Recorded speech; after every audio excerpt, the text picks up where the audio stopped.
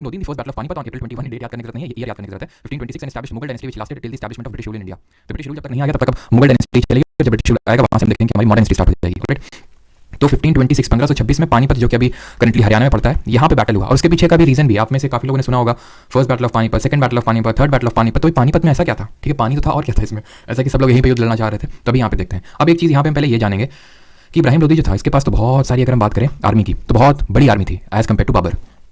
बाबर के कंपैरिजन में इसके पास बहुत बड़ी आर्मी थी, बट फिर भी क्यों इब्राहिम लोधी हार गया और बाबर जीत गया, ये हम समझेंगे। ठीक है, एंड ये आपको पता होना चाहिए कि बाबर को इंडिया में किसने इनवाइट किया था, ये भी हमने देखा था, जो हमारा लास्ट लेक्चर था, कि जो इब्राहिम लोधी, जो लोधी डायनेस्टी का लास्ट रूलर था, उसका जो अंकल था दैट इज दौलत खान लोधी। ठीक है, दौलत खान लोधी। और हमने देखा था, चलो वो तो हम बाद में देख लेंगे, बट अभी के लिए आप दौलत खान लोधी याद रखिए। ठीक है, तो दौलत खान लोधी ने बाबर को इनवाइट किया था, और इब्राहिम लोधी किसमें हो जाती है हार और बाबर की हो जाती है जीत। अब किस तरह से होती है वो देखेंगे, but Babur sended the throne of Fergana, ये भी थोड़ा सा देख लीजिए कि ये एक्चुअल में जो बाबर है, इनके जो ओरिजिन्स हैं ये हैं उज़्बेक्स, खुद को बोलते हैं, जो बाबर हैं खुद को उज़्बेक्स बोलते हैं कि हम उज़्बेकिस्तान से हैं, और खुद के जो चंगेज़ खान का डिसेंडेंट मानते हैं, मतलब जो बाबर है वो खुद को चंगेज़ खान का डिसेंडेंट बताता है। ठीक है, ऑन दी फादर साइड, और मदर की साइड से तैमूर का वो बताता है कि मैं तैमूर का एक तरह से डिसेंडेंट, मतलब हमारी जो मदर है वो तैमूर की डिसेंडेंट है, और जो हमारे फादर है वो चंगेज़ खान के हैं। तो ये अपना जो है बताता है, तो मेनली खुद को उज़्बेक्स बताते हैं। कौन? बाबर। और ये फिर पूरे जो हमारे जो भी हमारे पूरे मुगल डायनेस्टी रही। हमने दिल्ली सल्तनत के बारे में क्या देखा था? हमने दिल्ली सल्तनत के बारे में ये देखा था कि जितनी भी डायनेस्टीज आई, सबसे पहले कौन सी डायनेस्टी आई? स्लेव डायनेस्टी, जिसको मामलुक वंश बोलते हैं। उनके ओरिजिन कहाँ से थे? टर्किश। टर्किश मतलब टर्की नहीं, हमने देखा था तुर्कमेनिस्तान, ये देखा था। अब हम ये देख लेते हैं कि क्यों इस बैटल में जो है इब्राहिम लोधी हारा और बाबर जीता। उसके पीछे की इसकी टैक्टिक्स है। दो चीजें इंपॉर्टेंट है यहाँ पे, अगर हम कंसीडर करें बाबर की जो जीत है, फिर बाबर की जो विक्ट्री है। पहला तो है बाबर की जो मिलिट्री स्ट्रैटेजी है। अभी तक जो मिलिट्री स्ट्रैटेजी फॉलो होती रही वो नॉर्मल स्ट्रैटेजी ये कहती थी कि हाथियों को आगे ले आओ। ठीक है, पहले क्या हुआ करता था कि मतलब जैसे ये मान लो एनिमी साइड है, तो ये हाथियों को ले आएगी, सामने कर देंगे दोनों, मतलब जो पावरफुल है मतलब वही जीतता था, वो जिसके पास ज्यादा हाथी होते थे, सिंपल। ठीक है, तो एक सेकंड रुकिए।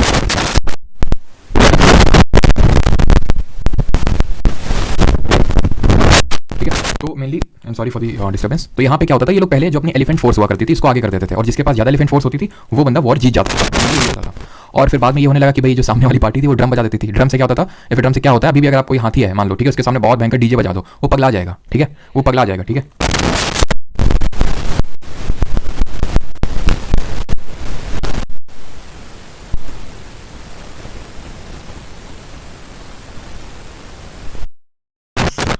Really sorry. ठीक है, तो हाथी क्या करते हैं यूजुअली, अगर मान लो उनको बहुत ज़्यादा डिस्टर्बेंस होता है तो वो बैक फायर कर जाते हैं, कि मतलब पागल हो जाते हैं एक तरह से। तो फिर धीरे धीरे ये हुआ कि मिलिट्री जो टेक्निक होती थी उसमें एलिफेंट्स को ट्रेन करना स्टार्ट किया गया कि भाई जो ड्रम वगैरह की आवाज़ है अगर वो भी हो, मतलब वो भी अगर की जाए तो भी एलिफेंट डिस्टर्ब ना हो। बट यहाँ पे इसने एक बहुत इंपॉर्टेंट यहाँ पे टैक्टिक्स प्ले की, किसने? बाबर ने। बाबर ने सबसे पहले तो ये किया कि उसे पता था कि वही होने वाला है। ठीक है, कौन आएंगे? हाथी आएंगे सबसे पहले। तो उसके लिए उसने सबसे पहले यहाँ पे तोपें लगवा रखी थी, तोपें की जो, और इससे ट्रेंड नहीं थे जो हमारे हाथी थे, बिकॉज इनका यूज़ अभी बैटल फील्ड में उतना नहीं होता था। ठीक है, तो हुआ ये कि सबसे पहले तो इसने ये काम किया कि यहाँ पे तोपों को लगवा दिया बाबर ने, जिसकी वजह से जो हाथी वो पगला गए और ये बैक फायर कर गए, मतलब कि अपनी ही सेना को कुचल डाला। इब्राहिम लोधी की जो हाथी वाली सेना थी जो कि सबसे आगे होती थी। ठीक है, और उसने सबसे आगे हाथी नहीं लगवा रखे थे बाबर ने उसने यहाँ पे तोहफे लगवा रखी थी। और ये पहला तो उसका स्ट्रैटेजी था, और दूसरा स्ट्रैटेजी था उसने दोनों साइड से, इनको बोलते हैं तुलगमा। ठीक है, तुलगमा, दोनों साइड से क्या हुआ कि जब ये बैकफायर कर गए, इब्राहिम लोधी पीछे था, वो आगे आया, और यहाँ से दोनों साइड से क्या किया कि बाबर की जो आर्मी है उसने घेर लिया। ये this was a military technique और स्ट्रैटेजी। ठीक है, डेवलप्ड बाई बाबर। तो उसने यहाँ से दोनों साइड से सेनाओं को घेर लिया और ट्रैप कर लिया इब्राहिम लोधी को, और इस ट्रैप में फंस गए कौन? इब्राहिम लोधी, और इस वजह से मारे गए। अब यहाँ पे ये माना जाता है कि जो, चलो वो तो खैर हम बाद में देख लेंगे कि किस तरह से राजपूत रूलर कौन थे, और उनको भी बोला गया था कि आप बैक साइड से आएगा, वो बात की बात है और कॉन्ट्रोवर्शियल है, तो उसको हम इंक्लूड नहीं करेंगे। और साथ ही साथ यहाँ पे सबसे पहले याद रखिएगा जो फर्स्ट बैटल ऑफ पानीपत था उसमें गन पाउडर का सबसे पहले यूज़ हुआ था। ठीक है, तो गन पाउडर का यूज़ पहली चीज, और जो मिलिट्री यहाँ पे टेक्निक अपनाई किसने? बाबर ने, जिससे कि दोनों साइड से घेर लिया किसको? इब्राहिम लोधी को, और इब्राहिम लोधी को ट्रैप कर लिया किसने? बाबर की सेना ने। और यहाँ पे इब्राहिम लोधी की होती है डिफीट, और यहाँ से स्टार्ट होता है मुगल डायनेस्टी या फिर मुगल वंश। अब इतना भी आसान नहीं था कि सिर्फ इब्राहिम लोधी को हरा दिया और बाबर थ्रोन पे बैठ गया, इतना भी इजी नहीं था। अभी उसको अफगान से लड़ना था, अभी उसको राजपूत से लड़ना था, तो बहुत अभी उसके पास चैलेंजेस थे, और उन चैलेंजेस को एक एक करके बाबर ने काउंटर किया। हमने अभी तक पीछे देखा, चाहे स्लेव डायनेस्टी देख ली हमने। स्लेव डायनेस्टी में क्या था कि कुतुबुद्दीन ऐबक पहला रूलर था, बट उसको हम एक्चुअल संस्थापक नहीं मानते हैं स्लेव डायनेस्टी के, फिर दिल्ली सल्तनत का हम इल्तुतमिश को मानते हैं। बट बाबर यहाँ पे पहला रूलर भी था मुगल डायनेस्टी का, और उसने क्योंकि इतने सारे बैटल लड़ के कंसोलिडेट करी पोजीशन, मुगल जो डायनेस्टी की पोजीशन उसको कंसोलिडेट किया, इसलिए इसको हम एक्चुअल फाउंडर भी मानते हैं। तो बाबर की अगर हम वॉर्स की बात करें तो बाबर के कुछ ये वॉर्स हैं। 1527 में ही defeated Rana Sanga of Mewar at Khanwa, जिसको हम की बैटल ऑफ खानवा बोलते हैं। बैक टू बैक इसमें युद्ध लड़े थे। 1526 में बैटल ऑफ पानीपत, 1527 में अगर मैं बात करूं 1527 में तो बैटल ऑफ खानवा, जिसमें कि राणा सांगा ऑफ मेवाड़ को हराया। तो इन्हीं राजपूत रूलर की मैं बात कर रहा था। तो ये माना जाता है कि राणा सांगा ने भी इनवाइट किया था बाबर को कि आओ इब्राहिम लोदी को हराओ। लेकिन जैसे कि दौलत खान को लगा था, जैसे कि राणा सांगा को भी लगा था कि बाबर आएगा, डिफीट करेगा और चला जाएगा, बट एक्चुअल में बाबर के इंटेंशंस ये नहीं थे। वो बहुत पहले से दिल्ली में अपनी पोजीशन को सिक्योर करने के लिए ही वेट कर रहा था, और वो उसको मिल चुकी थी। और he was not to leave India, he was not to leave Delhi. तो इसलिए अब ये बात जब समझ गया राणा सांगा, तो इन्होंने कोलिशन बनाने की कोशिश करी, और जैसे मदनी राय एक राजपूत रूलर थे, उनके साथ कोलिशन वगैरह बना के इसके खिलाफ क्या किया, युद्ध छेड़ा। और उसी टेक्निक में ये भी फंस गए जिस टेक्निक में इब्राहिम लोदी मारा गया, वही टेक्निक तुगलमा यहाँ से भगा वो कर दिया। और एक्चुअल में ये जो राइट साइड वाला है ना, अभी मैंने दिखाया था तुगलमा की दोनों साइड से घेर लिया उसकी सेनाओं ने। जो राइट साइड वाले को इसका लड़का हुमायूं लीड कर रहा था, जो अभी आएगा आपने नाम सुना होगा उसका। तो राइट साइड वाला वही लीड कर रहा था। खैर, तो राणा सांगा भी उसी टेक्निक में फंसे, ठीक है। और ये भी ब्रेवरी, क्योंकि यही होता था, राजपूत रूलर सिर्फ ब्रेवरी के भरोसे जाते थे बैटलफील्ड में, और इसी वजह से इतने सारे बैटल्स हारे गए, मतलब काफ़ी जीते और काफ़ी हारे भी, ठीक है। और रीज़न यही था कि ये लोग ब्रेवरी पे काफ़ी बिलीव करते थे। बट ये जो था बाबर, उसने यहाँ पे मिलिट्री टेक्निक को अपनाया। फिर बाद में हम देखते हैं कि जो हमारे शिवाजी हैं वो भी अपनी एक टेक्निक लेके आते हैं कि भाई अगर मुगल्स ला सकते हैं तो वाई नॉट वी। खैर, he defeated Medini Rai at Chanderi. तो बैटल ऑफ चंदेरी हुआ 1528 में, जो कि अगेन राजपूत रूलर है, उनको हराया। देन 1529 में ही defeated Afghans in the battle of Ghaghra. तो बैटल ऑफ घाघरा में अफगान्स को हराया। तो अफगान्स भी क्या है कि इनकी पोजीशन को या फिर इनकी जो सुप्रीमेसी है, बाबर की सुप्रीमेसी, उसको अपना नहीं रहे थे। और जब हराया घाघरा, घाघरा आपको पता है रिवर का भी नेम है, तो बैटल ऑफ घाघरा जो मतलब बिहार के पास पड़ता है, वहां पे डिफीट किया, ठीक है। ये चीज़ आपको पता होनी चाहिए। ऑलराइट, किसी को यहाँ तक कोई डाउट? ये आपको बैटल्स पता होने चाहिए, बैटल्स ऑफ बाबर। 26 में पानीपत, या तो फिर आप कुछ इस तरह की टेक्निक भी बना सकते हो याद करने के लिए कि पहले पानी पिया, फिर खाना खाया, ठीक है, फिर चंदा मांगा और घाघरा पहन के निकल लिया, या फिर घर की ओर निकल लिया। इस तरह से पहले पानी पिया, मतलब क्योंकि सब लाइन में लगे हुए हैं। Panipat, first battle of Panipat 1526। और अब हम ये देख लेते हैं कि पानीपत में ये बैटल क्यों हुआ, क्योंकि ये भी बाबर ने बहुत ही स्ट्रैटेजिकली पोजीशन चुनी थी। रीजन बीइंग, अच्छा मैं आपसे अगर थोड़ा सा अगर गेस करने को कहूँ, अभी मैंने वो पूरा फोर्स दिखाया था, ठीक है, तो अगर मैं आपसे गेस करने को कहूँ कि कितना मतलब लंबा एरिया कवर करते होंगे, या फिर कितने किलोमीटर्स का एरिया कवर करती होंगी फोर्सेज जब लड़ती होंगी, तो इस वॉर में अगर मैं बात करूँ तो रफली ऐसे मान सकते हो कि 15 से 16 किलोमीटर, मतलब यहाँ से ऐसे समझ लो कि यहाँ सेना खड़ी हो और यहाँ पे सेना खड़ी हुई, 15 से 16 किलोमीटर इतना मतलब फासला तय होता था। और ये बाबर ने बहुत ही स्ट्रैटेजिकली चुना था, बिकॉज उसे पता था जब यहाँ से मैं तुगलमा ये भिजवाऊंगा तो ये भागने ना पाए कहीं पे, मतलब पीछे ही साइड ही बस भाग सकते हैं और कहीं नहीं भाग सकते हैं। तो ये बहुत ही स्ट्रैटेजिकल पोजीशन थी। ऑलराइट, ठीक है। तो ये इसलिए भी बाबर ने पानीपत को एज अ बैटलफील्ड चुना था, ठीक है।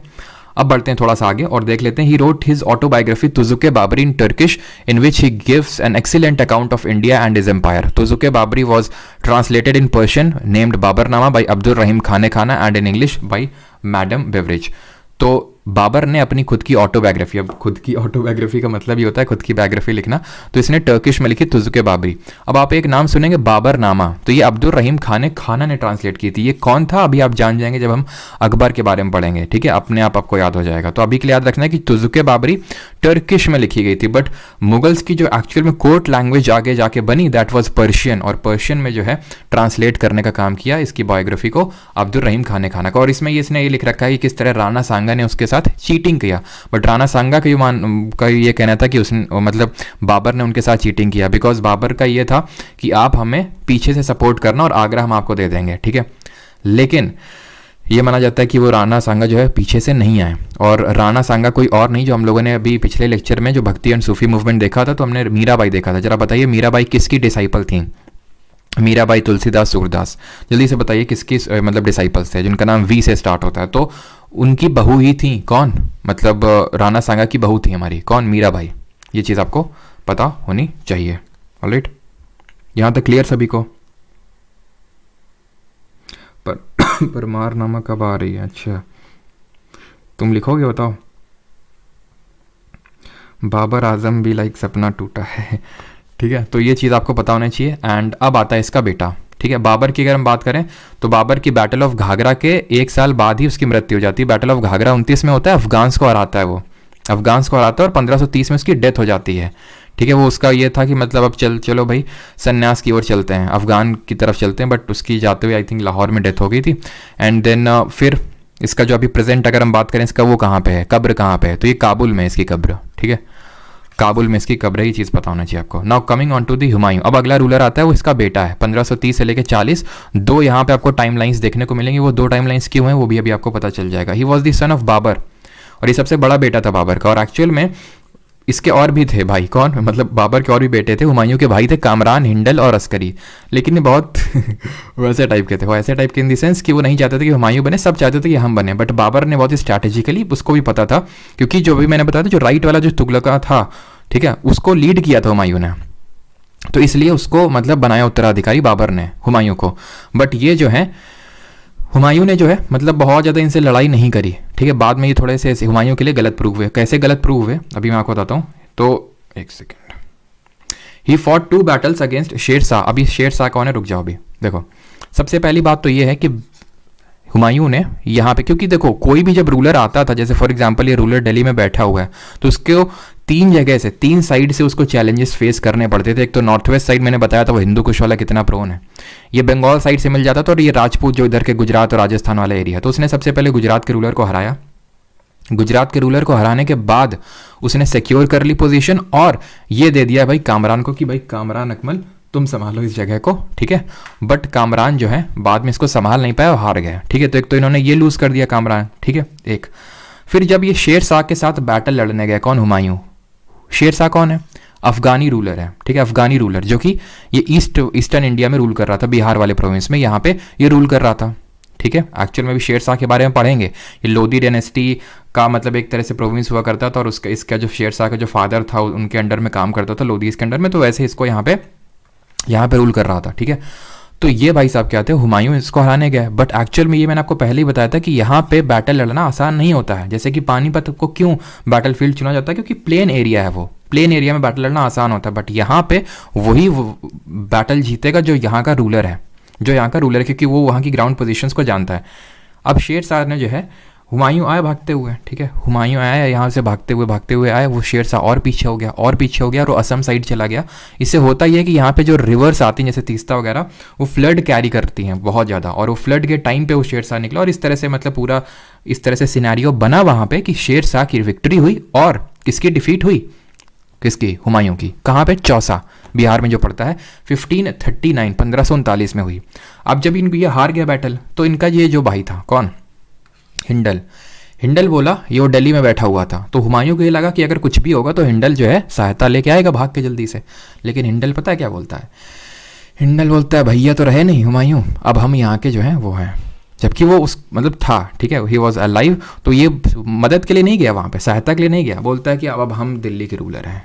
ठीक है, तो खैर फिर से जो है यहाँ पे क्या हुआ कि जो हुमायूं है अब वो शेर शाह के द्वारा और जो है भगाए गए, क्योंकि अब जैसे मान लो ये इंडिया है, ठीक है, मतलब ये हुमायूं जी हैं, ये हिंडल को बोल रहे हैं, ठीक है, अगर आपको समझ नहीं आ रहा है, क्योंकि हिंडल से इनको ये एक्सपेक्टेशंस थी, भाई कामरान तो पहले ही गुजरात हार के बैठे थे, तो एटलीस्ट हिंडल से एक्सपेक्टेशन थी कि आएगा बचाएगा, लेकिन वो आया नहीं है, जबकि बोल दिया कि वो तो रहे नहीं और अब हम जो है दिल्ली के रूलर हम हैं। ठीक है, तो अब यहाँ से जब भागने गए कौन, हुमायूं, तो फिर से हराए गए कन्नौज में 1540 में 1540 में, और जैसे तैसे जो है हुमायूं जान बचा के वहाँ से निकले, कहाँ पे, अफगान में जाके शरण ली जाके। क्यों, क्योंकि अब समझ गए थे कि अब ज़्यादा बैटल लड़ नहीं सकते हैं, किससे, शेर शाह से। 1540 और 1539 और 1540 में 2 बैटल हारे, किसने, हुमायूं ने, एक तो चौसा 39 और 40 में कन्नौज का। बट अब यहाँ पे कुछ सालों बाद डेथ हो जाती है शेर शाह सूरी की। ये कलिंजर हमारे कानपुर के पास ही पड़ता है, तो वहीं पे कलिंजर में ये माना जाता है कि एक माइन के नीचे इनका पैर आ गया था, तो इनकी डेथ हो गई वहाँ पे अनफॉर्चुनेटली। और जब ये डेथ के बारे में जब हुमायूं को पता चला तो हुमायूं वॉज बैक अगेन। तभी वहाँ पे 2 टाइम लाइन्स थी, तो हुमायूं फिर से यहाँ पे दिल्ली में आता और फिर से जो शेर शाह के जो अफगान भाई थे इनको हराता और फिर से अपनी पोजीशन को यहाँ पे सिक्योर करता है। तभी हमने पढ़ा 1530 से लेकर 40 ये बैक हो गया। फिर आता है 1555 में, बिकॉज 1555 में हुमायूं की हो जाती है death and defeated his brother the Afghans, he once again became the ruler of India. फिर से रूलर बन जाता है एंड इसकी फिर मृत्यु भी बहुत जल्दी हो जाती है 1556 में इन हिज लाइब्रेरी से नीचे उतर रहा था एंड डेथ हो गई उसकी गिरने की वजह से। ठीक है, यहां तक किसी को कोई डाउट?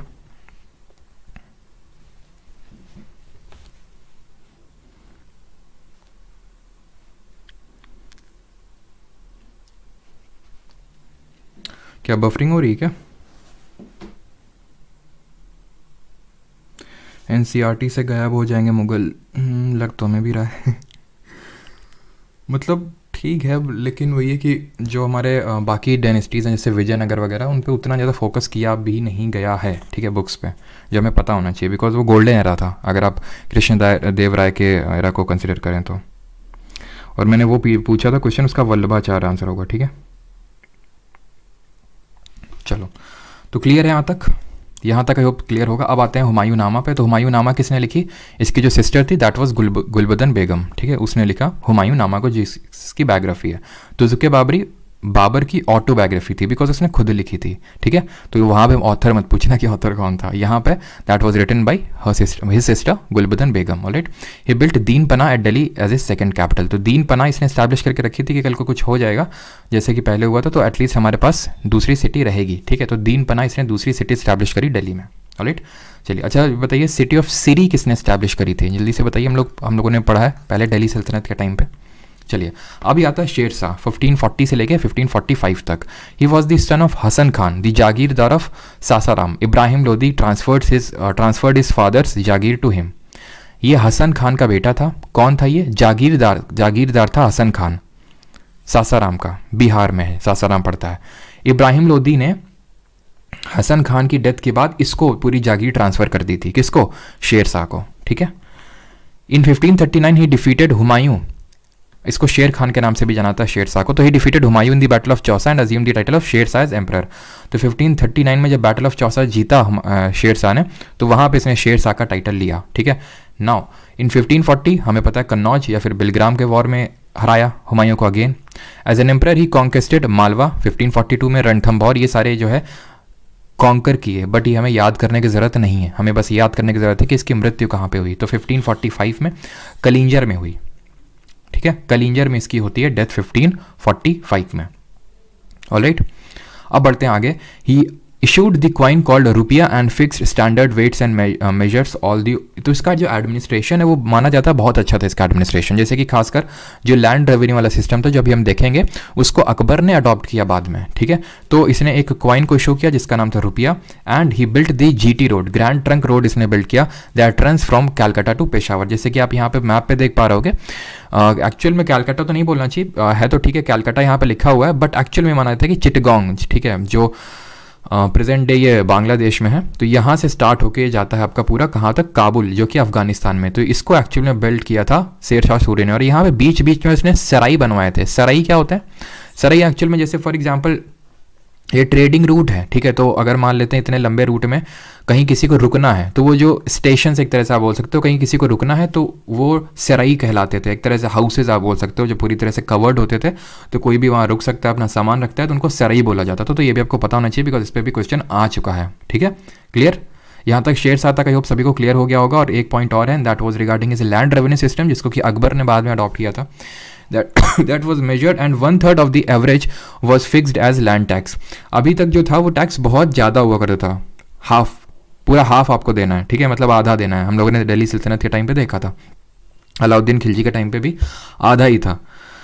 इसने 1/3 किया। The peasant was given as patta, पट्टा दिया जाता था और एक कबूलियत दी जाती थी, deed of agreement, which fix the peasants right and taxes. Zamindar were removed and the taxes were directly collected. Taxes को जमींदार हटा दिए गए थे, यानी कि बीच में जो मिडिल मैन एक तरह से, और टैक्सेस को डायरेक्टली कलेक्ट किया जाता था। इससे एक तरह से जो पेजेंट्स हैं उनका एक तरह से जो दमन है वो कम हुआ, बस। ठीक है, तो इस तरह से था। बाकी हमें कुछ रटने की जरूरत नहीं है यहाँ पे शेरशाह में, जहाँ पे रटने की जरूरत होगी वो मैं आपको बताऊंगा, ये पर्टिकुलर चीज़ रटने की जरूरत नहीं है। ठीक है, और रुपया वगैरह जीटी रोड थोड़ा सा ये तो आई होप आपको पता ही होगा।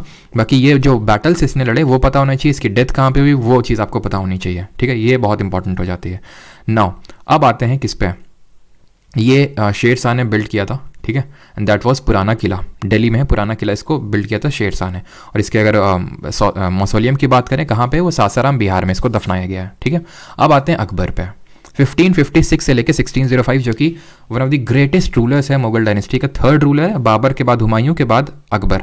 शेरशाह की अगर हम बात करें तो वो मुगल डायनेस्टी से बिलोंग नहीं करता है, वो अफगानी है, अफगानी है। ठीक है, अफगान जलेबी है वैसे समझ सकते हो। और जो बाकी हमारे हैं ये बाबर के डिसेंडेंट्स है। ठीक है, बाबर कहाँ से है, उज़्बेक से है वो। ठीक है, हमारे दिल्ली सल्तनत वाले कहाँ से थे, अगर हम सैयद वालों को छोड़ दें, बिकॉज सैयद तैमूर के मतलब वो थे, तो तैमूर कहाँ से था, मंगोल से था। तो 1398 1398 में मंगोल ने इन्वेजन किया था, तैमूर ने इन्वेजन किया था। ठीक है, तो उस टाइम पे सैयद डायनेस्टी आ गई थी, तो वो नहीं थी टर्किश, लेकिन सारे अगर हम बात करें, चाहे वो स्लेव वाले हों, चाहे वो ये तुगलक हों, या फिर खिलजी हों, या फिर लोदी हों, ये जनरली आपके कैसे थे, टर्किश ओरिजिन के थे। बट ये लोग उज़्बेक ओरिजिन के थे, या फिर अपने जो ये अपने ओरिजिन है मंगोल से डिराइव करते हैं। ठीक है, Akbar the eldest son of Humayun, जैसे हुमायूं जो था eldest son of Akbar Babur था, हुमायूं वैसे, और जो हुमायूं था सॉरी जो अकबर था वो हुमायूं का एल्डेस्ट सन था, सबसे बड़ा बेटा था। Ascended the throne under the title of Jalaluddin Mohammad Akbar Badshah Ghazi, इसका ओरिजिनल नेम था। 13 साल में इसकी डेथ हो गई थी। हुमायूं जब ये 13 साल का था अकबर, तब हुमायूं की डेथ हो गई थी। पहले तो मतलब ये माना जाता है कि जब अभी ये 1540 में भाग नहीं रहा था, हुमायूं जब भाग रहा था यहाँ से, ठीक है, तभी ये माना जाता है कि भाई उसी टाइम पे अकबर का जन्म हुआ था। तो 13 साल की उम्र में ये इसका कोरोनेशन हो गया था कि भाई हाँ ये हमारे अगले बादशाह होंगे। बट एक्चुअल में 13 साल में तो पॉसिबल है नहीं रूल करना, क्योंकि एक तरह से अभी बच्चा ही अकबर। तो जो हुमायूं का सबसे वफादार एक तरह से मिलिट्री जनरल था, दैट वाज बैरम खान उसका नाम था। तो इसको इसका संरक्षक घोषित किया गया कि वो इसका संरक्षक है। ठीक है, तो ये जो संरक्षक है बैरम खान का, इसने एक वॉर लड़ा, और वो वॉर का नाम है सेकेंड बैटल ऑफ पानीपत। आप देख रहे हैं बैटल पानीपत में ही हो रहा है। ठीक है, तो ये 1556 में लड़ा गया, 1556 में लड़ा गया। Was fought between Hemu the Hindu ruler of Mohammad Adil Shah. Actual में ये जो वॉर है ये हम बोलते हैं कि भाई अकबर ने नहीं लड़ा है। देखो पहली बात तो, ठीक है, अकबर का जो ये था रीजेंट बैरम खान, वो लीड कर रहा था, नाम था अकबर का, बट एक्चुअल में 13 साल की उम्र में अकबर तो लड़ नहीं रहा होगा, बैरम खान लड़ रहा था। और वैसे ही दूसरी साइड हेमू था, हेमचंद्र विक्रमादित्य, ये भी एक्चुअल में मतलब रिप्रेजेंट कर रहा था किसी को, जैसे बैरम खान अकबर को रिप्रेजेंट कर रहा था, वैसे हेमू भी रिप्रेजेंट कर रहा था किसी को, और वो था मोहम्मद आदिल शाह। ये आदिल शाही डायनेस्टी एक तरह से हम बोल सकते हैं अफगानी डायनेस्टी थी, जो ईस्टर्न इंडिया में रूल कर रही थी, जो धीरे धीरे धीरे धीरे दिल्ली के करीब आ रही थी। और अगर ये वॉर जीत जाते हेमू जी, जो इससे पहले एक भी वॉर नहीं हारे थे, तभी मोहम्मद आदिल शाह के द्वारा यहाँ पे भेजे गए थे, अगर ये ना होता तो यहाँ से हो सकता है कि अकबर कभी रूल ही ना कर पाते, फिर कभी आ ना पाते। ये थोड़ा मतलब वैसा टाइप है, लेकिन हाँ हो सकता है आ भी जाते। लेकिन हाँ ये है कि यहाँ से एकदम मुगल्स की पोजीशन सिक्योर हो गई। और यहाँ पे जब बैरम खान जब ये वॉर को जीते, जो आपका सेकेंड बैटल ऑफ पानीपत है, तो बैरम खान के थोड़े से भाव बढ़ गए कि भाई हम ही हम हैं, अकबर तो बच्चा है, लेकिन अकबर भी तो धीरे धीरे बड़ा हो रहा था। ऐसा तो है नहीं कि अकबर की एज वहीं पे रुकी हुई है। जब अकबर बड़ा हो रहा था और जब अकबर 18 का हो गया, तब तक तो आगरा में था। फिर एक दिन ऐसे ही बाहर निकला और उसको जब सारी चीज़ें लगी कि नाउ इट्स द टाइम, तो उसने बैरम खान को बोला, समझिए। तो अभी अकबर की बारी आई है। बैरम खान को कैसे बोला, ऐसे इन्होंने बोला कि बैरम खान देखिए, अब आप बहुत ज़्यादा विद्रोह कर रहे हैं, इंटरनल रेबिलियन, ठीक है, और अपने जो खास है उनको अपॉइंट कर रहे हैं, तो यहाँ से निकल लीजिए, या तो हम आपको मार दें, तो ये ऑप्शन आप अडॉप्ट कर लीजिए, या तो आप जो है मक्का के लिए निकल लीजिए। तो बोलते हैं ठीक है, मैं दूसरा ऑप्शन चुनता हूँ, मक्का के लिए निकल लेता हूँ। तो जब ये मक्का के लिए निकल रहे थे, बीच में किसी तो दुश्मनी होगी, किसी का पैसा नहीं दिए होंगे तो उनको मार दिया किसी एक अफगानी ने इनको, ठीक है। और जब इनको मार दिया तो इनकी जो विडो थी और इनका जो बेटा था, जो इनकी विडो थी, उनसे शादी कर ली, किसने, अकबर ने। और जो उसका बेटा था उसको अपना लिया, और वो बेटा कोई और नहीं, अब्दुल रहीम खाने खाना ही था, जो कि हमने अभी देखा था। वो कौन था? वो वही था जिसने बाबरनामा को, जिसने कि बाबरनामा लिखी थी, जो तुज़के बाबरी थी, जो टर्किश लैंग्वेज में थी, ठीक है, उसको कन्वर्ट किया था पर्शियन में अंडर द नेम बाबरनामा। वो किया था अब्दुल रहीम खाने खाना, जो कि किसका बेटा था अगर हम देखें, बैरम खान का था, है ना। चलिए, तो Akbar try to win over Rajput. अब अकबर को हम अकबर द ग्रेट क्यों बोलते हैं? क्योंकि अकबर के अंदर जो एडमिनिस्ट्रेशन था, अकबर के अंदर जो शासन था, वो बहुत ही एक तरह से अच्छे तरीके से सारी चीज़ें चल रही थी। पहली बात तो ये चीज़ आपको पता होनी चाहिए कि अकबर पढ़ा लिखा बिल्कुल नहीं था। ये बिल्कुल भी पढ़ा लिखा नहीं था। इसको लेके एक स्टोरी है, चलो स्टोरी छोड़ो, मतलब ये समझ लो कि बिल्कुल भी पढ़ा लिखा नहीं था ये। अब ये पढ़ा लिखा नहीं था तो फिर ये अकबर द ग्रेट कैसे बन गया? बिकॉज ग्रेट बनने के लिए पढ़ा लिखा होना ज़रूरी नहीं होता है, ठीक है। उसके लिए चाहिए क्या? विजडम चाहिए, उसके लिए निट्टो चाहिए ठीक है। तो विजडम चाहिए उसके लिए आपको, अगर आपको रूल करना है, और वो अकबर के अंडर था। इसने अपने अंडर बहुत जो ढंग के, एक तरह से बोल सकते हैं, अभी हम देखेंगे इसके जो नवरत्न थे, इतने काबिल और इतने एबल थे कि अकबर ने अपना एडमिनिस्ट्रेशन एक तरह से सारी चीज़ें उनके थ्रू वो कंट्रोल कर रहा था। कौन? अकबर। और इसकी जो पॉलिसीज़ थी वो ऐसे नहीं थी कि जैसे औरंगज़ेब एक्सट्रीमिस्ट था कि भाई मार काट मचवा रहा है, एकदम इस्लाम रूल को फॉलो, मतलब वो करवा रहा है। अकबर जो था वो सब में एक कॉर्डियल रिलेशन बना के चल रहा था। He tried to win over Rajput. ऐसा नहीं कि सीधे बस मार काट, जहाँ पे मतलब सिर झुकाना है वहाँ सिर झुकाया, जहाँ पे लात मारनी वहाँ पे लात मारा। इस तरह से अकबर ने अपनी पॉलिसी को फॉलो किया। तो Akbar tried to win over the Rajput wherever possible in inducted Rajput kings into Mughal service and treated them at par with Mughal nobility. Simple, इसमें कोई रटने की चीज़ तो है नहीं।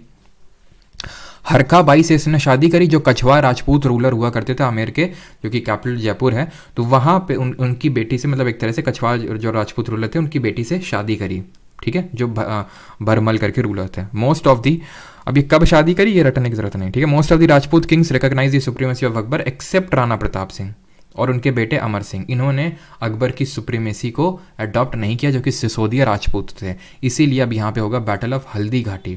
बैटल ऑफ हल्दी घाटी, हल्दी घाटी कहाँ पड़ता है? राजस्थान में, ये ठीक है। तो राजस्थान में बैटल ऑफ हल्दी घाटी हुआ 1576 में, 1576 में। Was fought between Rana Pratap of Mewar और मुगल आर्मी लेड बाई मान सिंह ऑफ आमेर, ठीक है। तो हमने दो बैटल देखे अभी तक अकबर के। एक तो हमने देखा 1556 में सेकेंड बैटल ऑफ पानीपत, जिसमें कि एक्चुअल में अकबर नहीं लीड कर रहे थे, उनका जो एक तरह से संरक्षक था, सर्जन था, वो बैरम खान, वो लीड कर रहा था। और यहाँ पे हेमचंद्र विक्रमादित्य की डेथ होती है। और ये भी मतलब कहानी कि भाई एक्चुअल में होता क्या था, ये वॉर जीत सकते थे हेमू, जो अभी तक वॉर नहीं आ रहे थे, बट उसने टारगेट किया, किसने? बैरम खान। उसे पता था कि राजपूत में ये होता है, या फिर इन लोगों में ये होता है कि अगर किंग अगर गिर गया नीचे, भाग जाएंगे पीछे भी। क्यों? मतलब आपको थोड़ा सा सुन के वैसा लगे कि मतलब किंग गिर जाएंगे तो सेना क्यों भाग जाएगी? सेना लड़ती रहे अपने। लेकिन उस समय ऐसा होता था कि जो राजा होता था उसको भगवान बना के प्रस्तुत किया जाता था कि ये भगवान अवतार है। ये कौन करते थे? ब्राह्मण्स करते थे कि अवतार हैं ये बस देवता के। तो अब जब भगवान ही मतलब गिर गए तो अब हमारा तो खात्मा होने वाला है, तो इसलिए भाग जाते थे। और ये चीज़ बैरम खान को पता थी, इसलिए इसने सीधे स्ट्राइक किया, इनके आँख में लगी, बेहोश हो गए। कौन? हेमू। और यहीं से जो है ये पूरा बैटल जीत गया, बैरम खान के हाथ में चला गया। और दूसरा बैटल हमने क्या देखा? 1576 में बैटल ऑफ हल्दी घाटी। ये दो बैटल्स बस याद रखने बहुत इंपॉर्टेंट है। बाकी अकबर में हमें और कोई ज़्यादा बैटल याद रखने की ज़रूरत नहीं है, ठीक। Akbar proclaimed a new religion दीले इलाही। अब कुछ पॉइंट हैं जो अकबर के रिगार्डिंग हमारे एग्जाम से हैं, तो बहुत सारी चीज़ें, लेकिन जो हमारे SSC या फिर जो अदर एग्जाम्स हैं उनके पर्सपेक्टिव से जो इंपॉर्टेंट है वो हम देखेंगे। तो दीन इलाही करके एक नया रिलीजन लॉन्च किया इन्होंने 1581 में। ये लॉन्च ज़्यादा सक्सेसफुल रहा नहीं इनका। ये क्या था कि सारे रिलीजन्स को मर्ज कर देते हैं, सारे धर्मों को मिला देते हैं, ठीक है। बिकॉज इनकी अभी हमने पॉलिसी देखी थी कि बहुत ही सेक्युलर पॉलिसी थी, राजपूत के साथ कॉर्डियल रिलेशन थे, सभी धर्मों को मान्यता दे रखी थी। इन्होंने बोला कि नहीं, इस्लाम और ये सब कुछ नहीं, हम सबको मिक्स कर देते हैं, इस्लाम को, क्रिश्चियनिटी को, हिंदुइज्म, जैनिज्म, सबको मिक्स कर देते हैं। और दीन इलाही एक धर्म अडॉप्ट किया, सबसे पहले खुद इन्होंने अडॉप्ट किया। बीरबल पहले Hindu was the not the पहले और आखिरी भी थे, was the only Hindu who followed his फिर दिस न्यू रिलीजन, जो कि दीन इलाही था। बहुत ज़्यादा चल नहीं पाया ये, तो ये पता होना चाहिए who started Din Ilahi. Akbar built Fatehpur Sikri, Agra fort, Lahore fort, Allahabad fort and Humayun's टू at Delhi. Fatehpur Sikri in honour of Salim Chishti, Akbar shifted his court from Agra to Fatehpur Sikri. तो ये एक स्टोरी है कि अकबर को जो है बेटा मतलब संतान प्राप्ति नहीं हो रही थी, ठीक है और फिर आपको पता जब संतान प्राप्ति नहीं होती तो फिर क्या होता है, फिर बाबा के पास जाया जाता है। तो सलीम चिश्ती जी थे जो कि सूफी संत थे, एक सूफी सेंट थे, तो इनके पास गया और इन्होंने बोला चल जा वस्त्र मैं तेरे को संतान देता हूँ, ठीक है। और उसके बाद ये जहांगीर पैदा हो गए। अब जब जहांगीर हो गए तो अकबर मतलब इतने इम्प्रेस हुए, इतने ज़्यादा इम्प्रेस हुए कि उन्होंने अपनी जो कैपिटल है वो आगरा से फ़तेहपुर सीकरी शिफ्ट कर दी, बिकॉज ये वहीं के थे, फ़तेहपुर सीकरी के। और इनके लिए एक बुलंद दरवाज़ा भी बनवा दिया। ये आप देख सकते हैं आपकी स्क्रीन पे, ये रहा बुलंद दरवाज़ा। अभी जो फ़तेहपुर सीकरी जो सिटी है ये एक्चुअल में जो है फ़तेह करके आए थे। कहाँ पे? ये गुजरात में एक एक्सपेडिशन, यानी कि एक हम बोल सकते हैं कि एक्सपेडिशन लीड किया था अकबर ने। और गुजरात में जब विक्ट्री के बाद, ये ध्यान रखना ये भी क्वेश्चन पूछा जा सकता है, पूछा गया भी है, बिकॉज मैंने PYQ आई थिंक पार्ट 1 या पार्ट 2 में ये क्वेश्चन करवाया जितना मुझे याद है, कि कब इन्होंने मतलब कहाँ पे विक्ट्री हासिल की थी, उसके बाद फतेहपुर सीकरी नामक एक सिटी डेवलप करी थी, तो गुजरात में, ठीक है। और बुलंद दरवाज़ा बनवाया, किसकी वजह से? मतलब इनको बेटा नहीं हो रहा था, तो जो सलीम चिश्ती थी उन्होंने इनको बोला कि हाँ हो जाएगा, ठीक है, और जहांगीर पैदा हो गए इसलिए, ठीक है, क्लियर। तो ये चीज़ आपको पता होनी चाहिए। अब बढ़ते हैं आगे। तो ये हमारा जो आप देख पा रहे होंगे दैट इज़ बुलंद दरवाज़ा, ठीक है। आगे बढ़ते हैं। अब आते हैं अकबर के कोर्ट में नवरत्न हुआ करते थे। और ये हुमायूं टूम्ब कहाँ पे? ये दिल्ली में, ध्यान रखना। जो हुमायूं का टूम्ब है, जैसे हमने देखा था बाबर का कहाँ पे था, बाबर का है काबुल में, वैसे हुमायूं का दिल्ली में। और इसका ये जो है यूनेस्को वर्ल्ड हेरिटेज साइट में भी इंक्लूडेड है ये हुमायूं टूम्ब, ठीक है। खैर आगे बढ़ते हैं और नवरत्न देखते हैं। तो जिस तरह से अगर आपको याद हो, अष्ट दिग्गज किसके कोर्ट में थे, जरा बताइए कमेंट में, देखते हैं कितने लोग रिवाइज करके यहाँ पे बैठे हुए हैं। अष्ट दिग्गज किसके कोर्ट में हुआ करते थे? महाराणा प्रताप सिंह इज द गोट। पहले के आर्किटेक्चर कितने सुंदर थे। करप्शन नहीं था ना, क्योंकि करप्शन जो करता था ना उसके सीधा सिर मंडवा दिया जाता था, इसलिए। चलिए, तो अभी आते हैं इनके कोर्ट में नवरत्न थे। जैसे कि अष्टदिग्गज थे KDR, कृष्णदेव राय के टाइम पे, ठीक है, बिल्कुल सही बताया सबसे पहले नैतिक ने, ठीक है। नैतिक, सृष्टि, सबका सही है, पुनीत, क्यूटम्बर। चलो, तानसेन, हाँ भी तानसेन आएंगे, ठीक है। तो बीरबल एडमिनिस्ट्रेटर थे, हमें पता ही अपने विटीनेस के लिए जाने जाते थे, ठीक है। तो एक बार में बोला जाता है कि अकबर ने इसे पूछा कि बीरबल, ठीक है, तुम खुद को बहुत बड़ा वो मानते हो, ठीक है, और तुम मुझे ये बताओगे कि मेरे मन में क्या चल रहा है, ये तुम मुझे बताओगे कि मेरे मन में कभी क्या चल रहा है, और नहीं बता पाए तो फिर तुमको लटका देंगे, ठीक है। तो मतलब ये स्टोरीज़ हैं अकबर बीरबल की, आपको ये पता होगा। तो अकबर ने जो है बहुत सारी स्टोरीज़ में से एक स्टोरी है, बहुत अच्छी अच्छी स्टोरीज़ हैं, है ना। तो बीरबल ने बोला कि महाराज आप ये अभी सोच रहे हैं कि मैं मतलब खूब उनका एकदम चिकनी चुपड़ी बातें करी कि आप कितने बड़े महान शासक हैं और ये हैं वो हैं। तो अकबर ने बोला हाँ बात तो सही है। एक्चुअली भले अकबर सोच रहे हो या फिर ना सोच रहे हो, कौन अपनी मतलब बड़ाई नहीं सुनना चाहेगा, ठीक है। तो अकबर अपने जो बीरबल हैं वो अपनी विटीनेस के लिए जाने जाते थे, और कोई भी जो डिसीजन मेकिंग करनी होती थी अकबर को, वो उसमें बीरबल का बहुत बड़ा रोल रहता था। और तकरीबन ये माना जाता है कि 20 से लेकर 30 साल तक अकबर के साथ रहे थे ये, और जो कॉम्प्लेक्स जो डिसीजन मेकिंग होती थी वो बीरबल के थ्रू ही करते थे ये। अबुल फजल भी एक स्कॉलर और स्टेट्समैन थे। अभी इन्होंने अकबरनामा लिखी थी, वो हम अभी देखेंगे, रुक जाइए अभी, ठीक है। तो स्कॉलर और स्टेट्समैन थे जिन्होंने मतलब, और इनके भाई थे फैज़ी इनके भाई थे अबुल फजल के, और ये भी मतलब काफ़ी एक स्कॉलर और स्टेट्समैन ही थे। इनके रिगार्डिंग में भी हम चीज़ देखेंगे। और टोडरमल एक तरह से इनके फाइनेंस मिनिस्टर थे, जिन्होंने कि दासाला सिस्टम स्टार्ट किया, बंदोबस्त और जब्ती सिस्टम स्टार्ट किया। ये दासाला क्या है वो भी हम देखेंगे, जब अब लैंड रेवेन्यू सिस्टम देखेंगे तो वहाँ पे देखेंगे दासाला है क्या और इसका मतलब क्या है, 10 साल, ठीक है, 10 साल एक्चुअल में इसका मतलब है। देन हमारे भगवान दास जो कि एक मनसबदार हुआ करते थे, सन ऑफ भरमाल। और मान सिंह की अगर बात करें, भरमाल कौन है? वही अगर आपको याद हो कछवार रूलर जिनकी बेटी से शादी करी थी, है ना। तो मनसबदार ही ग्रैंड सन है भरमल के मान सिंह। देन हमारे तानसेन जो कि म्यूजिशियन है, तानसेन की रिगार्डिंग भी अभी हम चीज़ देखेंगे। और 8 थे हमारे अब्दुल रहीम खाना जो कि एक स्टेट्समैन और हिंदी पोएट भी थे, और इन्हीं के बारे में हमने देखा था कि इन्होंने ही मतलब जो तुज़के बाबरी थी उसको कन्वर्ट किया पर्शियन लैंग्वेज में अंडर दी नेम बाबरनामा, ठीक है। और ये किसका बेटा था अगर हम देखें तो बैरम खान का था, जिसको कि बाद में अडॉप्ट कर लिया था, ठीक है, किसने? अकबर ने। एंड लास्ट इज मुल्ला दो प्याजा, ये भी बीरबल की तरह एक विटी मतलब थे, कोई भी डिसीजन मेकिंग में हेल्प करते थे अकबर को। अब हम यहाँ पे 3 लोगों के बारे में पढ़ेंगे, एक तो फैज़ी और अब्दुल फजल और तानसेन। तो फैज़ी की अगर हम बात करें तो इन्होंने इबादत खाना स्टार्ट करवाने में हेल्प करी थी अकबर को। अभी इबादत खाना क्या होता है? तो इबादत खाना जहाँ पे रिलीजियस डिस्कॉर्स हुआ करते थे। रिलीजियस डिस्कॉर्स का मतलब क्या होता है? ठीक है, रिलीजियस डिस्कॉर्स का मतलब क्या होता है? इसका मतलब होता है कि चर्चा होगी, धार्मिक चर्चा होती है जहाँ पे, उसको इबादत खाना बोला जाता था। और इसको स्टार्ट कराने में फैज़ी ने हेल्प की थी अकबर। तो अगर पूछ ले कि विच रूलर या फिर under which ruler Ibadat Khana was started, तो it was started under Akbar. Tansen originally served under Raja Ramchandra Singh. जो तानसेन थे, अभी तानसेन कौन थे? तो तानसेन की अगर बात करें तो राजा रामचंद्र सिंह जो कि एक तोमर डायनेस्टी के रूलर थे, जो कि ग्वालियर में रूल कर रहे थे, उनके अंडर में ये थे कौन, म्यूजिशियन तानसेन, जिन्होंने बहुत सारे ध्रुपद कंपोज किए थे, बहुत सारे सॉन्ग्स कंपोज किए थे भगवान के लिए। तो ध्रुपद अगर पूछे किसने कंपोज किए, तानसेन ने। अब ये ग्वालियर में बॉर्न हुए थे और ये ग्वालियर घराने से बिलोंग करते हैं। 2023 सीजीएल में पूछा गया किस घराने से थे, तो या तो रीवा ऑप्शन में होगा या ग्वालियर ऑप्शन में होगा। तो रीवा या फिर ग्वालियर घराना से बिलोंग करते हैं। और इनका अगर ओरिजिनल नेम की अगर बात करें तो जो इनका ओरिजिनल नेम है वो रामतनु पांडे है, रामतनु पांडे। और ये मतलब जो अकबर है उन्होंने राजा रामचंद्र सिंह के पास अपने भेजे कुछ एक तरह से सबॉर्डिनेट्स को तानसेन को बुलाने के लिए। तो तानसेन ने तो मना कर दिया था, बट राजा रामचंद्र सिंह ने बोला कि अब जाओ। तो तानसेन को हम मियाँ तानसेन के नाम से जो जानते हैं, वो एक्चुअल में जो मियाँ का टाइटल है वो अकबर ने ही दिया था तानसेन को, ठीक है। अगर पूछ ले कि who gave the title of मियाँ, तो जो मियाँ का टाइटल है वो अकबर ने ही इनको दिया, ठीक है, अकबर ने। तो तानसेन से ये सारी चीज़ें आपसे पूछ सकता है ना। अगर बात करें लास्ट हमारे हैं अबुल फजल, इन्होंने अकबरनामा लिखी जो कि बायोग्राफी है अकबर की।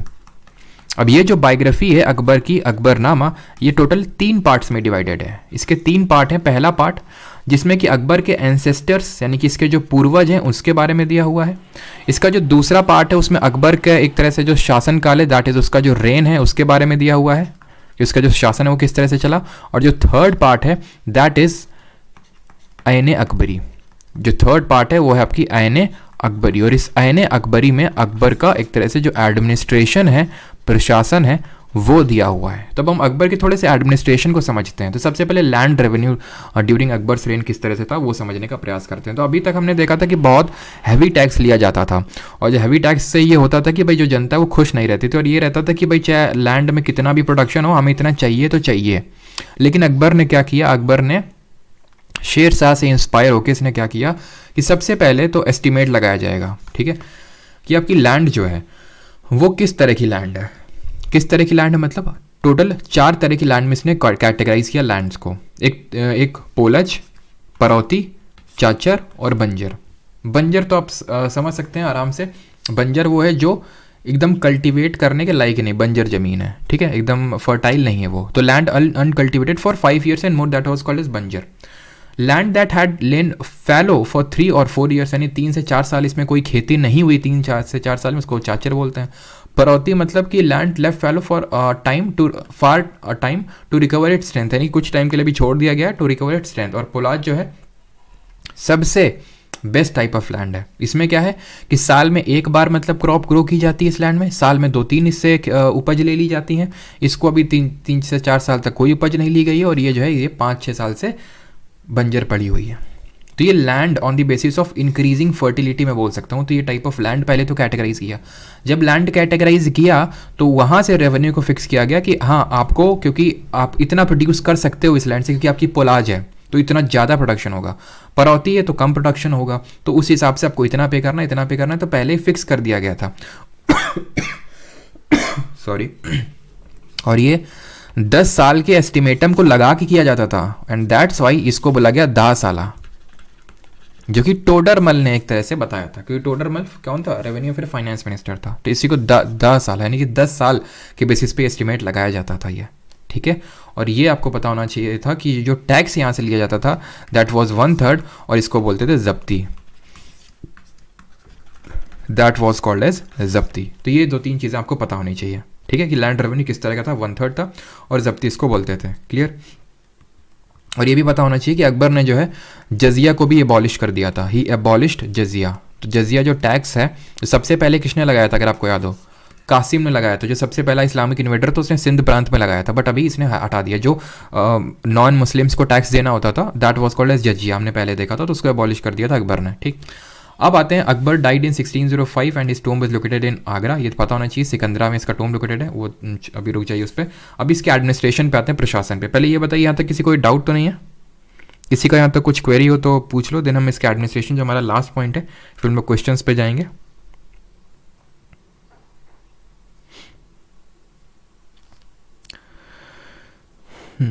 जब्ती बिल्कुल, कासिम बिल्कुल सही, मोहम्मद बिन कासिम। जजिया वर्ज द टैक्स बिल्कुल।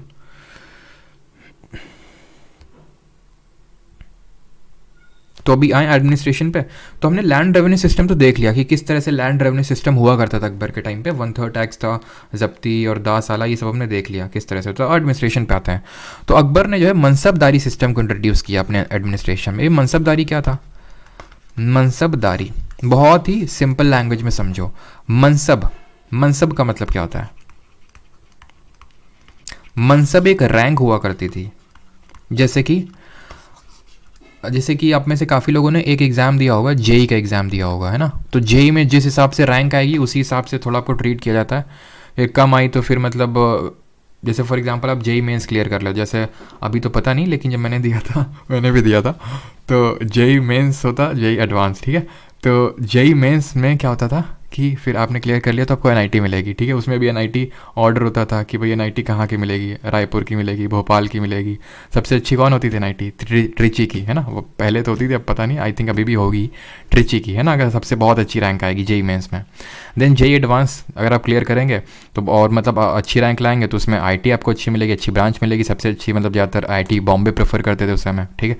तो उसमें कंप्यूटर साइंस मिलेगी, अच्छी रैंक आएगी। तो इस तरह से रैंक होती थी, मनसब मतलब रैंक। अभी रैंक कैसे डिसाइड होती थी? तो रैंक डिसाइड होती थी कि आपने कितने कितने जट मेंटेन कर रखे हैं। जट मतलब सिपाही, आपने कितने सिपाही मेंटेन कर रखे हैं, उसके बेसिस पे आपकी रैंक डिसाइड होती थी। जैसे आपने 10 सिपाही आपके पास, आपकी रैंक 10। आपकी मतलब आपके पास 500 सिपाही, आपकी रैंक आपके जो मनसब होगा वो 500 होगा, ठीक है। आपने 4,000 मेंटेन कर रखे, 5,000 मेंटेन कर रखे हैं तो आपकी ज़्यादा होगी, ठीक। और उसी के बेसिस पे ही आपको पेमेंट दी जाती थी। और ये हमने पहले भी देखा था, ये क्यों मेंटेन, जैसे दाग और चेहरा सिस्टम कौन लाया था? जरा कमेंट में बताओ मुझे जल्दी से, दाग और चेहरा सिस्टम कौन लाया था? जल्दी से, मैं 5 सेकंड का आपको दे देता हूँ। 5 4 3 2 1। तो ये लाया था अलाउद्दीन खिलजी, है ना। हमने देखा था कि दाग और चेहरा क्या था? दाग मतलब वो ठप्पा मारना, मैंने आपको फोटो दिखाई थी, तो ठप्पा मारा जाता था हॉर्स में ताकि डबल काउंटिंग ना हो सके। और सिपाही का चेहरा या फिर हुलिया जो है मेंटेन किया जाता था। तो वो चीज़ यहाँ पे भी लागू करी।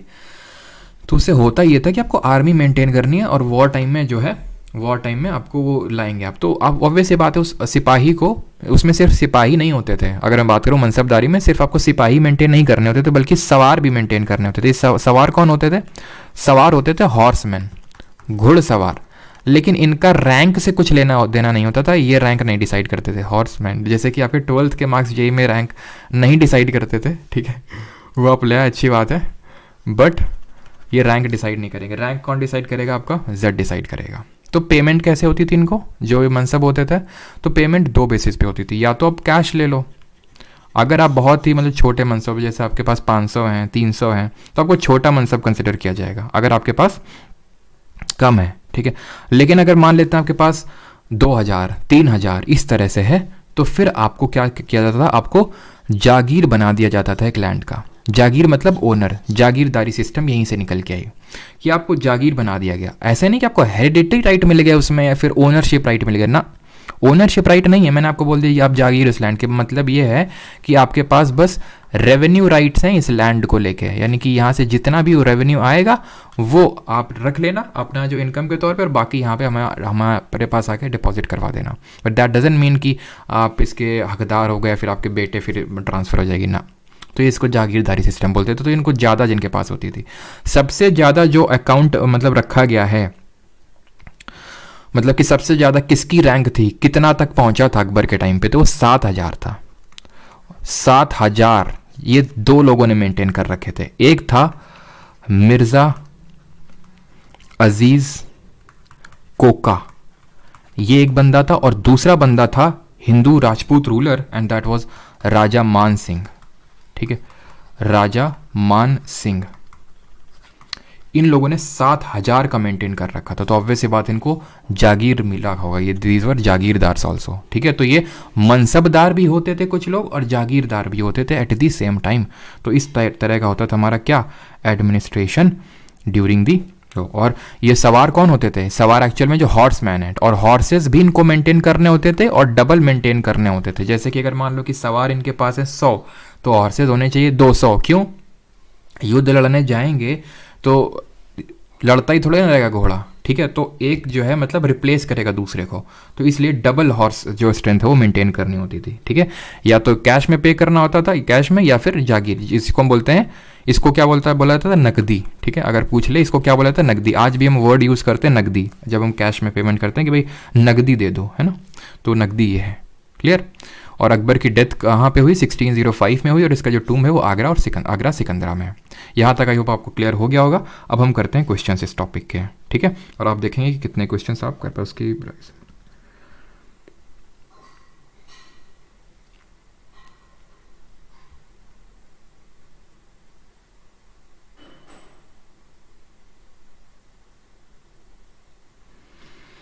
भाई सीरियल के बेसिस पे यहाँ पे मत जज करो, क्या ना, वो सीरियल वेल काफ़ी बने हैं, तो उसके बेसिस पे सीरियल में कुछ भी दिखाते हैं वो। ठीक है, वो तो वही दिखाएंगे जिससे थोड़ा सा मतलब देख के वैसा। अरे यार ये क्या हो गया, गलती से डिस्कार्ड पे प्रेस हो गया, और जो भी यहाँ पे मैंने लिखा था कुछ नहीं लिखा। कुछ यार बताओ, कुछ आ सकता है ये, कंट्रोल जेड दबाने से आता है ना, क्यों, कैसे आ जाएगा ये डिस्कार्ड पे गलती से। उसी दिन है, उस दिन भी ऐसा ही हुआ था, सैटरडे के दिन गलती से डोंट सेव पे हो गया। अब समझो पूरी पीपीटी जो मैंने इस तरह से बनाई थी वो गायब हो गई उस दिन। फिर बताओ, थैंक यू एंकू कुछ नहीं है, अभी क्वेश्चन करने, थैंक यू, रुक जाओ भी। अरे कैसे आएगा कोई बताओ यार, है नहीं तो काफ़ी मेहनत, अभी तो उतनी मेहनत उस दिन सोचो कितनी मेहनत होगी। कंट्रोल प्लस जेड होता है ना, बट आ नहीं रहा है, अंडू पर आ जाएगा। अंडू कहाँ पे भाई? कहाँ होता है ये है ना,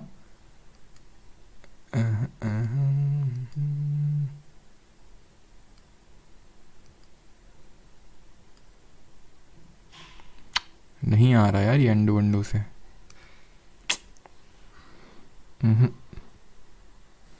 नहीं आ रहा है, कंट्रोल जेड भी दबा लिया, कंट्रोल जेड भी दबा लिया, नहीं आ रहा।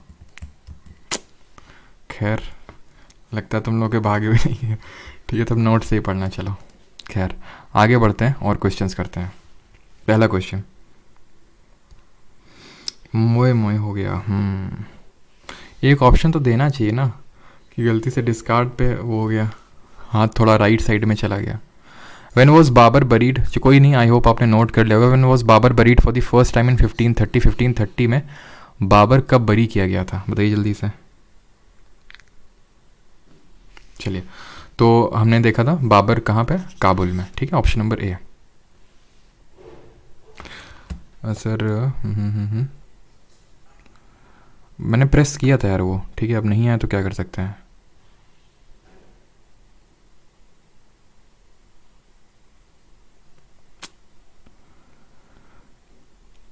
कोई नहीं, आई होप आपने नोट कर लिया होगा। ठीक है, चलो आगे बढ़ते हैं।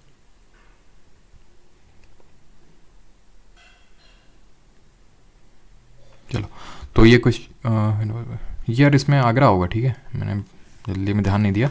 यहाँ पे पूछा फॉर द फर्स्ट टाइम, तो फर्स्ट टाइम पहले आगरा में बरी किया गया था। पहले आगरा में थे, देन बाद में इसको काबुल शिफ्ट किया गया था लेटर ऑन। ठीक है, later was shifted to Kabul. अगर पहले पूछा है तो आगरा में। ठीक है, चलो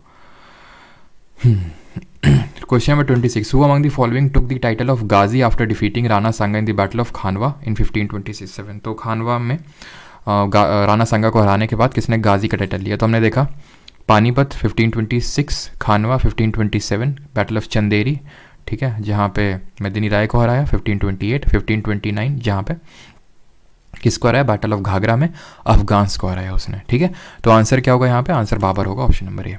Babar the first Mughal emperor succeeded to the throne of Fergana in 1494 when he was only dash year old. ये हमने देखा था पहला हमारा स्लाइड में था, अगर आपने लास्ट में देखा हो तो कितने साल का था when he succeeded to the throne of Fergana? तो आंसर होगा यहाँ पे 12। अकबर 13 साल का था जब वो मतलब एक तरह से हुमायूं, जब उसके फादर हुमायूं की डेथ हुई, और ये बाबर जो है 12 साल के एज में थ्रोन पे बैठा था। What was the first name of Mughal emperor? Babur का पहला नाम क्या था? हसनुद्दीन, गियासुद्दीन, ज़हीरुद्दीन या फिर कासिमुद्दीन? तो ऐसे याद कर लो, बाबर और ज़हीर खान, है ना, ज़हीर खान जो बॉलर थे हमारे, तो ऐसे करके कुछ रिलेशन आप बना सकते हो। तो ज़हीरुद्दीन आंसर होगा इसका। In which of the following years was the Mughal emperor established by Babur? तो मुगल जो एम्पायर है वो कब स्टैब्लिश किया गया? तो हमें पता है 1526 में फर्स्ट बैटल ऑफ पानीपत, जहाँ इब्राहिम लोदी को हराया, वहाँ से इसको स्टैब्लिश किया। और गन पाउडर का सबसे पहले यूज़ किया था बाबर ने इस बैटल में। ऐसा नहीं कि गन पाउडर हाँ, ये मानते हैं कि गन पाउडर इसने इंट्रोड्यूस किया, लेकिन ऐसा नहीं कि पहले यूज़ नहीं हुआ है, बट हिस्ट्री बुक्स में हम यही मानते हैं कि बाबर ने इसको इंट्रोड्यूस किया, और क्वेश्चन भी इसी से बनता है। सब लोग सही आंसर दे रहे हैं, that is a very good thing. Manasranjan Nayak, Sushmita, Khushi, Akshay, अनुराग, सबका सही है। मेमोइड्स ऑफ बाबर और Baburnama also known as Tuzuke Baburi was written by, तो तुजुके बाबरी किसने लिखी थी? तो हमने देखा था बाबर ने तो लिखी थी तुजुके बाबरी, ठीक है। ऑप्शन ओके सॉरी, मतलब बाबरनामा किसने लिखी थी? तुजुके बाबरी तो बाबर ने लिखी थी, बाबरनामा पूछ रहा है, तो फिर आंसर अब्दुल रहीम खान ने खाना होगा, जो कि कौन था? बैरम खान का बेटा था, but was adopted by Akbar. 31 who introduced चार बाग स्टाइल ऑफ आर्किटेक्चर। तो हम ये जब स्टाइल ऑफ आर्किटेक्चर कल के लेक्चर में देखेंगे, जब बाकी के पार्ट देखेंगे, जब हम जहांगीर शाहजहां मेनली मतलब शाहजहां ने बहुत आर्किटेक्चर बनवाया था, तो वहाँ देखेंगे चार बाग स्टाइल ऑफ आर्किटेक्चर होता है, जो कि आपको ताजमहल भी देखने को मिलेगा, कि मतलब इस तरह से बाग बनवाए जाते हैं, चार बाग, ठीक है। आर्किटेक्चर होगा और चार बाग इस तरह से, मतलब बीच में रिवर होगी इस तरह से, ठीक है। तो आंसर होगा ऑप्शन नंबर ए, मुगल्स ने बनवाया था, ऑप्शन नंबर ए, वो मैं आपको कल पढ़ाऊंगा। Who was the eldest of 4 sons? आपने यहाँ पे देखा होगा मैंने क्वेश्चन नंबर 25 से स्टार्ट लिया है, शुरू के जो 25 है वो जब पूरा हो जाएगा तभी वो हम लोग कर पाएंगे, तो वो हम कल देखेंगे। Who was the eldest son of the 4 sons of Babur? तो हमने देखा कि जो एल्डेस्ट सन होता था वही थ्रोन पे आता था। बाबर का एल्डेस्ट हुमायूं, हुमायूं का एल्डेस्ट अकबर, अकबर का एल्डेस्ट जहांगीर, ऐसे करके, ठीक है। तो बाबर की अगर बात करें तो इसका था हुमायूं, ऑप्शन नंबर डी। अब आते हैं हुमायूं वर्सेस शेर शाह सूरी। तो अब यहाँ पे हमने बाबर वाले क्वेश्चन तो देख लिए, अब हम शेर शाह सूरी वाले क्वेश्चन, इन दोनों के जो बैटल वाले थे वो देखेंगे, ठीक है। चलो, by which of name is the historical road built by शेर शाह सूरी, ठीक है। समझ तो गया हो ना क्यों लिखा है by which name is the historical road built by शेर शाह सूरी नोन? तो किस नाम से मतलब रोड बनवाई थी? तो ये जीटी रोड है, ऑप्शन नंबर ए सही आंसर होगा, ठीक है। मैंने आपको दिखाया था, जाट रन फ्रॉम, या तो कैलकाटा ऑप्शन में होगा, चिटगांग होगा। चिटगांग हम लोग मॉडर्न हिस्ट्री में पढ़ेंगे। चिटगांग में आर्मरी रेड हुई थी, जिसको सूर्य सेन एक टीचर ने कैरी किया था। तो चिटगांग से लेकर काबुल अफगानिस्तान तक, ठीक है। विच of the following pairs of ruler and ruling period is correct? बताइए।